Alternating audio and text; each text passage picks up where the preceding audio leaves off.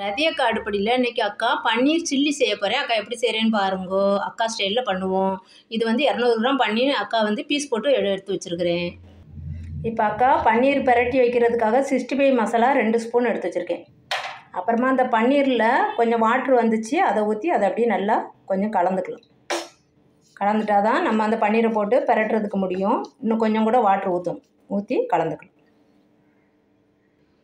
இப்போ மசாலா இந்த திட்டத்துக்கு வாட்ரு ஊற்றி கலந்துக்கோங்க. இப்போ வந்து நம்ம ஒவ்வொரு பன்னீரையும் அப்படி பிரட்டி எடுத்து வச்சிடலாம். ஃபஸ்ட்டு இந்த அளவு இப்படி பிரட்டி எல்லா பன்னீரையும் நம்ம இப்படி பிரட்டி எடுத்து வச்சிடணும். நல்லா மசாலா எல்லா பக்கம் படுற மாதிரியே போட்டு பிரட்டி எடுத்து வச்சுருங்க. இது எல்லாத்தையும் எடுத்து வச்சிடலாம். இப்போ எல்லா பீஸும் அக்கா அந்த மசாலா 65 மசாலாவில் பிரட்டி வச்சுட்டேன். இப்போ வந்து நம்ம இதை ஃப்ரை பண்ணி எடுப்போம். இப்போ ஒரு வடை சட்டியை காய வச்சு அக்கா ஆயில் ஊற்றிருக்கிறேன். நம்ம இதை ஒவ்வொரு பீஸாக எடுத்து ஃப்ரை பண்ணி எடுத்துடலாம். அக்கா கொஞ்சமாக தான் ஆயில் ஊற்றிருக்கேன். நீங்கள் நிறைய ஆயில் ஊற்றி பெரிய வடை சட்டினா ஒரே ட்ரிப்பில் எடுத்துடலாம். இது ஒரு 5-6 பீஸ் போடலாம். போட்டு அப்படியே நம்ம மெதுவாக பிரட்டி அதை ஃப்ரை பண்ணி எடுத்துடலாம். இப்போ ரொம்ப வேக விட்டால் ஹார்டாயிரும். நம்ம அப்படியே எடுத்துடலாம். அவ்வளோதான். இதை அடுத்த ஷிஃப்ட்டு போட்டு அக்கா வரேன். இப்போ அக்கா எல்லா ஷிஃப்ட்டும் போட்டு எடுத்துகிட்டேன். பாருங்கள் எவ்வளோ சாஃப்டாக இருக்குன்னு. இப்போ வந்து நம்ம பன்னீர் சில்லி செய்ய ஆரம்பிக்கலாம். இப்போ அக்கா பன்னீர் ஃப்ரை பண்ண ஆயிலே எடுத்துருக்குறேன். அந்த ஆயிலை தான் யூஸ் பண்ணுறேன்.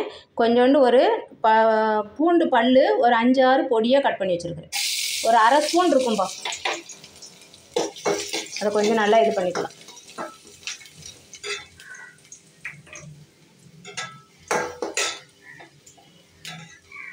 இப்போ வந்து ஆனியன் ஒரு பெரிய வெங்காயம் மீடியம் சைஸு 2 பெரிய வெங்காயத்தை அக்கா இந்த மாதிரி ஷேப்பில் அக்கா கட் பண்ணி வச்சுருக்கேன். அதை போட்டுடலாம். எல்லா வெங்காயத்தையும் போட்டுருவோம்.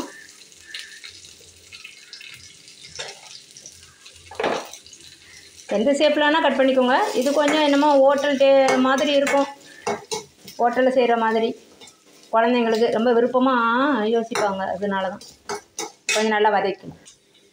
இப்போ ஆனியன் வதக்குனது போதும். ஒரு பெரிய கேப்சிகம் அக்கா அதையும் இந்த மாதிரி சைஸ்லேயே கட் பண்ணி வச்சுருக்கிறேன். அதையும் போட்டுடலாம். அதுவும் கொஞ்சம் வதங்கட்டும். இது வதக்கும் போது கொஞ்சம் சால்ட்டு போட்டு வதக்கிட்டோம்னா நல்லா வதங்கிடும். ஒரு 1/4 ஸ்பூனு தூள் உப்பு போடுறேன்பா. அதை போட்டு நல்லா வதக்கிடலாம். கொஞ்சம் சீக்கிரமாக வதங்கும்.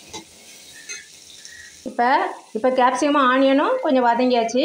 இப்போ வந்து ஒரு அரை ஸ்பூன் தனி மிளகாத்தூள் போடுறேன் அக்கா. இது வந்து சில்லி சாஸு ஒரு அரை ஸ்பூன். சின்ன ஸ்பூனுக்கு அரை ஸ்பூன் தான் ஊற்றுறேன்பா. இது சோயா சாஸும் ஒரு அரை ஸ்பூன் தான். இது வந்து தக்காளி சாஸ். இது மட்டும் 1 ஸ்பூன் ஃபுல்லாக எடுத்துருக்கிறேன் அக்கா. அவ்வளோதான். கொஞ்சம் வதக்கி கொடுத்துருவோம். இது கூடவே கொஞ்சமாக வாட்ரு ஒரு 2 ஸ்பூன் வாட்டர் ஆட் பண்ணிக்கலாம். நல்லா கொஞ்சம் வேகட்டும்.